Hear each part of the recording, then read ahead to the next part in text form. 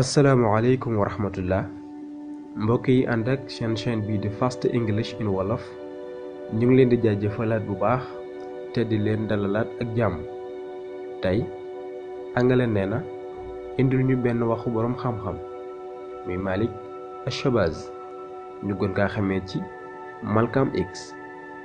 Malcolm X dafay wax ne if you are not ready to die for it, put the word freedom out of your vocabulary. If you are not ready to die for it, put the word freedom out of your vocabulary. Malcolm X dafay wax ne soo parewul pour dee ci mën nga génne baatu liberté ci say vocabulaire, maanaam soo parewul pour rayante ngir am liberté man ko génn ci say kàddu. mbokk yi angale nee na tey la ñu indi lool di leen jox dig daje ba beneen yoon jërë ngeen jëf.